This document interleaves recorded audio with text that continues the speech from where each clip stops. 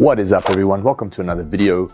And I just want to say before I start that if you enjoy business and marketing content, then I truly believe from the bottom of my heart that this is the channel for you. So I want to encourage you to like and subscribe. And maybe if you even enjoy this video, consider hitting the notification bell should you want to get and receive more videos like this. So today's video, I want to specifically talk about how your marketing strategies work together, what omni-channel marketing strategy really is, and why it's important to look at your marketing holistically and not just in isolation.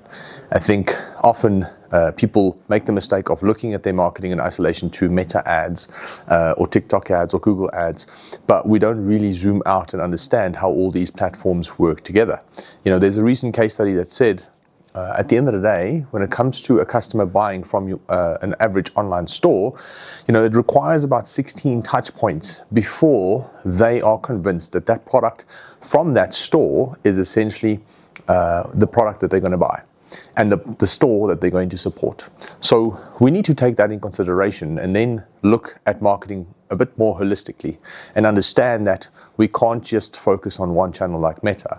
The person who maybe wants to buy that product is active online in various channels. They are on Google search.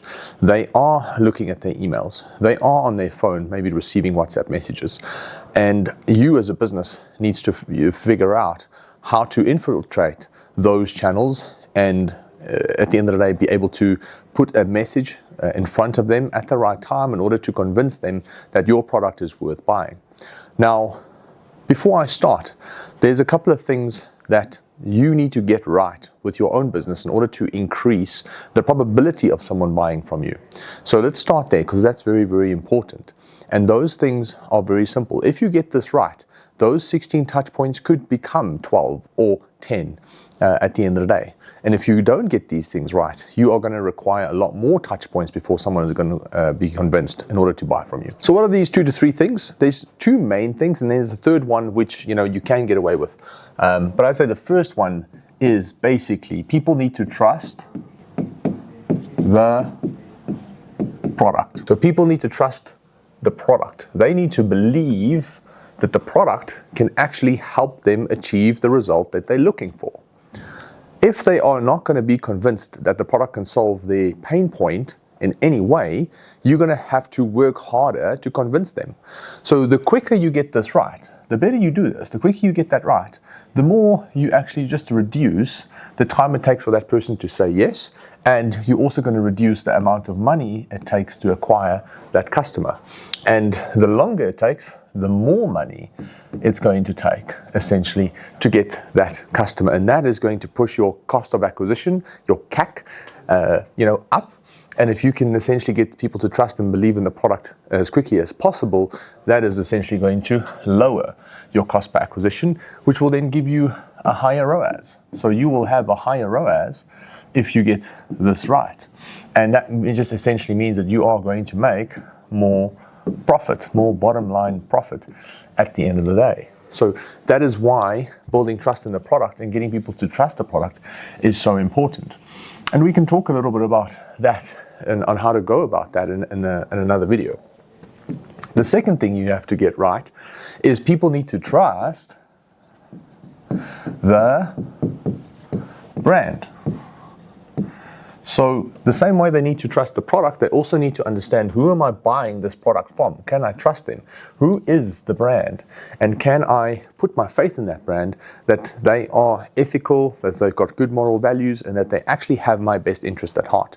Because you're not just buying the product, you're buying from someone. So if I give you something, there's a high likelihood, if we were good friends, that you would trust the product that I'm recommending because you trust me. So if you can build trust in both of these situations, then there's a higher probability of you getting the sale as a business owner, which again will ultimately lower your cost per acquisition and increase your ROAS and profitability. And this is what a lot of business owners miss out on. They actually don't know that this is the first thing they need to get right. Or what they do is they build trust in the product, but they do not build trust in the brand. Or they build trust in the brand, but there's zero trust in the product. And essentially, those 2 things go hand in hand. And if you can get that right, the cost of acquisition will essentially be lowered. Now, there is a third thing that can help you further increase the probability of someone buying from you, and that is what Simon Sinek would call, starting with your why. So Simon Sinek wrote a book called Start With Why long ago, I think probably more than a decade ago, and the book essentially just explains that your business needs a mission, and consumers buy into the mission. So they buy into the brand because they can trust it, they can buy into the product. But if you have a why, like a strong why, aka a mission to what you actually stand for as a business, the reason you are in business, then you are going to build trust and credibility a lot faster. There will be some form of emotional connection, and then you will be lowering your cost of acquisition. So these are the things that we need to get right. If you get all these things right, the cost of acquisition should be lowered. Now, that will then hypothetically reduce the, let's say, 16 touch points to about 10 or 8 or maybe even 4. But it's very seldom that the touch point will be 1. And that's why focusing on one marketing channel, is not always the best strategy to really scale the business. It might be a great way to get the business to level 1, maybe that first 20, 30, 50K, maybe even 100K. But outside of that, you need to start looking at other touch points in order to scale the business further. And that's what we're going to be looking at in the next part of this video. Let's quickly talk about an omni-channel marketing strategy, what it really is. So omni just means everywhere. So we can call omnipresent. So if you think omnipresent, that's what the Almighty God is. This is called Omni-Channel. So we just replace omnipresent with Omni-Channel, which basically means is you just want to be as many places as possible at the end of the day. So with that said, a lot of people don't know how to be everywhere because there's also a strategy behind it, right? It's not just about being everywhere. You can do it a bit more strategically in order to have the channels work cohesively together.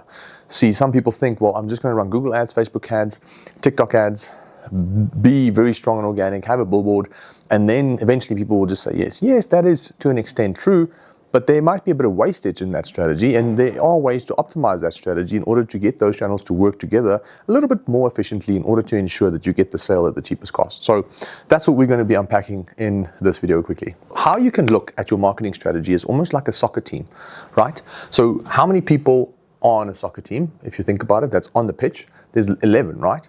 But for this analogy, we're going to remove the goalie because the goalie is there to defend, obviously. But I think just to keep things simple, we're going to only focus on the actual players that are running around on the pitch. So the average soccer team has then 10 people running around, excluding the goalie. And the average formation, if you know anything about soccer, is usually a 4-4-2 split.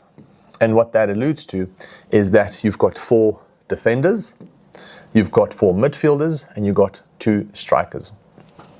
So if this is the defenders, then this will be the midfielders and this will be the strikers. The strikers are there to score the goal, the midfielders are there to create the opportunity, and the defenders are there to make sure that you've got the foundation right. Because without that foundation, you're not going to succeed, and people will score against you and you will lose. So in this case, defending basically alludes to just having the basics in place for your marketing strategy. The midfielders represent you creating opportunity, creating interest, and the strikers basically represent the channels that's going to help you actually convert, these people who might have expressed interest. So I hope I'm making sense to the soccer analogy. I don't know how much you know about soccer, but that's basically the goal of the team and this specific formation. Now, what we can look at is each channel can represent a player, if you think about it. So ultimately, what we can look at now is which channels fall into which criteria: defending, creating opportunity, and striking. Okay, now this is my own perception. A lot of people might disagree with me, and that's okay. I can talk about my experience, and I can talk about how long I've been doing this for and what kind of levels of success we've achieved with certain strategies. But without to bore you with that, this is just what I believe. And it's not a 100% perfect analogy, but it is an analogy that will give you a good understanding of how my mind works and how I believe a really good marketer's mind should work. And therefore, you can take this and make it your own. Not every single channel that I'm going to put in a specific position has to be in that position for your business, but it's just a broad level understanding of how these channels technically work together in order to get your business across the line, aka to score a goal, aka to get a sale. All right. So Let's start with the defenders, right? The defenders, again, like I said, this is the foundation of the team. They have to make sure that they protect. So their job is basically to defend in order to prevent the other team from scoring a goal. So, if they do their job well, then the foundation is laid, and these people, the midfielders and strikers, then should essentially try and score the goal so that you can beat the opposition. And you can see that again as an analogy of you beating your competitors or just moving forward as a business. So this is the foundation. What I can say from my experience is that if you look at a marketing strategy, what are the foundational pillars that is needed for you to actually be seen? The first thing is you need content. You need content. Like, if you want to be seen, you have to show people something. Simple as that, right? Content can literally be a photo that you've taken, a piece of artwork that you've designed, or a video that you have recorded. Whether it's edited or unedited, doesn't really matter. Those are just the three formats. It's a design, it is a photo, or a video. Now, yes, you can write blog posts and all these kind of things, but just to keep things simple, on social media, on Facebook, what do you normally see is static image, a photo, maybe a lifestyle photo, or a reel, or some form of video. And at the end of the day, that resembles content. So you are going to have to invest money into creating content for your business. Like, it will be very hard for you to run Facebook ads without content. It'll be very hard for you to send emails without having content. So content is one of the foundational players, and that's why they are seen as a defender, at least from my point of view. Now, another marketing element that touches on content, kind of latches onto it, is something we call UGC. Now, this is user-generated content. This is content that's not generated by you as a brand, but by someone else as a third point of view. They actually call it POV ads, and they do really well. So the reason they do well is it's because someone else is speaking from their perspective. See, you can speak from the brand's perspective, which in essence, a lot of people might trust, but there's a good chance that it's going to take some time before they trust that message. But if someone else says something about the brand, there might be a higher probability of them trusting that person, because in most cases, if it's an authentic piece of content, there is very little incentive for that person to have created that content. That's what we might call referral or affiliate marketing, and we'll get to that in a second. So user-generated content is basically just someone else speaking on behalf of the brand, which has got a slight little extra trust and credibility attached to it. And if you look at normal traditional content, that is just the brand speaking from its own point of view. And again, like every brand claims to be the best. So it's hard to differentiate yourself in that way, but it's something that you're just going to have to do because that's what is needed. Cool. So user-generated content will then be the second form of strategy. And it's something I believe that every brand needs, and that forms part of, your foundation. The third thing is what we call referrals. So a referral is basically someone telling a friend about your business, and they speak very highly of it in some way, shape, or form. And they go, hey, I had a good experience. I heard that you're in a market for a company that does X or has X, and I really recommend that you use those people or have a look. You can go to their website and check it out. And that is just what we also traditionally call word of mouth, right? That is part of every single business since existence, right? That is literally the first form of marketing, because the first business had someone go in and someone had an experience and they told someone else about it, if you think about it. So that is really just at its core, ideally something that you don't want to neglect, and it's encouraging people to talk about your business or to maybe recommend you when there is an opportunity to do so. So that's just referrals at the end of the day, and that will be number 3.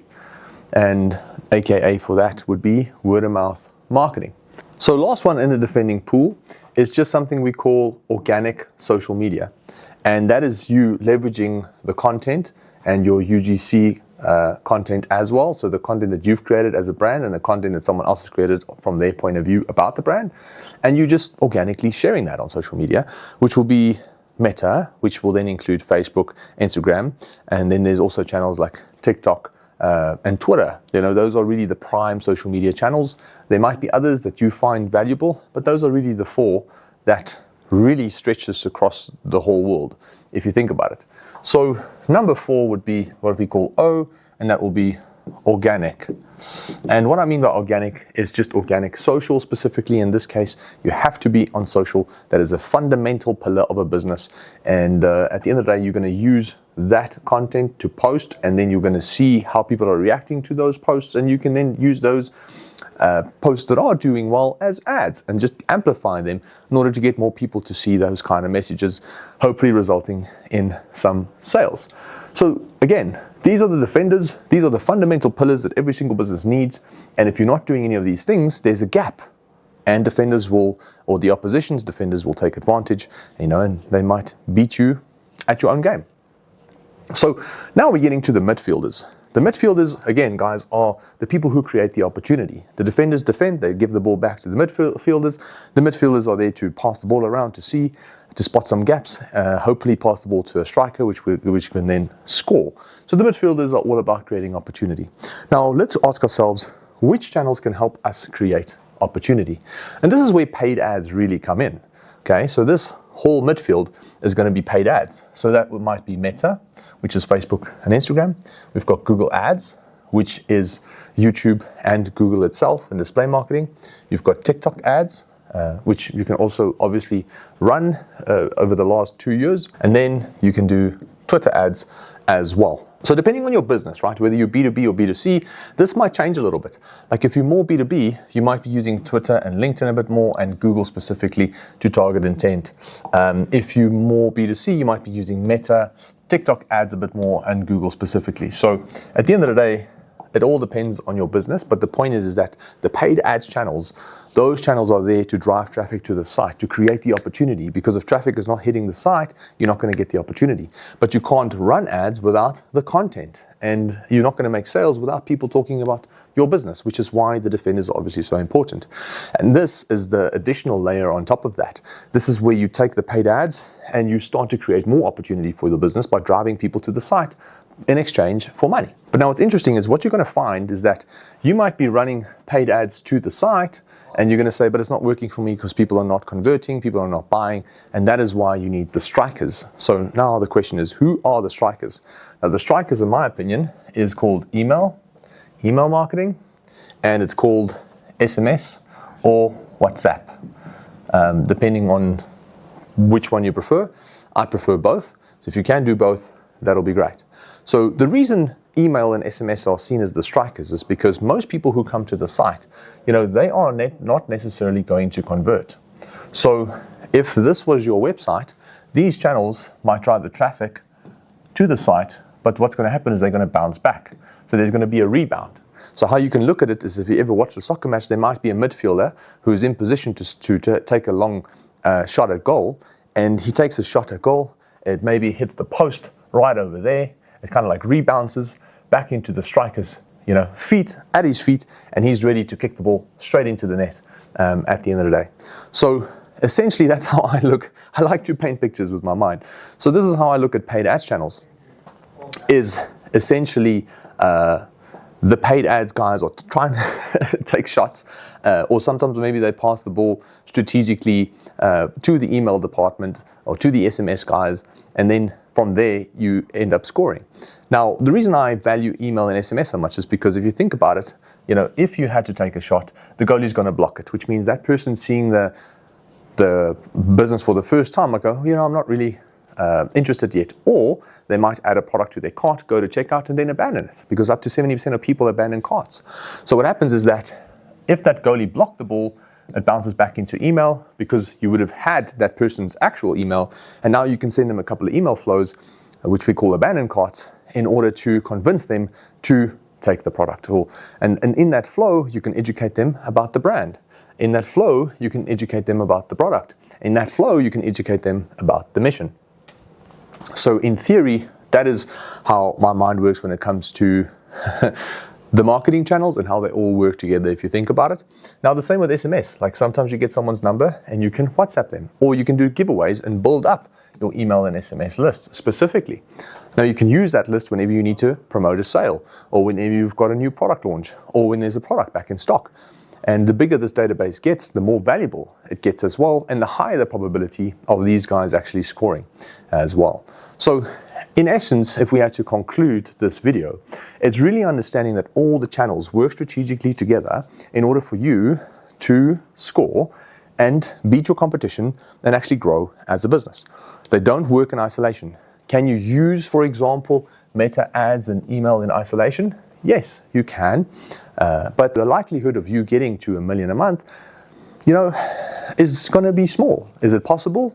Yes. Is it highly probable? Probably not. You might have to add another channel like Google. You might have to incorporate some WhatsApps. You have to maybe do some more content in order to get to that specific goal. But if you're trying to get to 10 grand a month or 30 or 50, maybe even 100 grand a month, that's very doable with a couple of players like Meta or email, or maybe just Google in itself. That is possible, but it's not about what's possible, it's about what's probable. So hope there was some value in this video. If you do enjoy, again, this kind of content, I want to encourage you to like and subscribe. And if you want to see me maybe explain some other things, if there's questions that you have, just drop it in the comments and I'll try and make a video and help you better understand it. Cool. Much love to you guys. Cheers.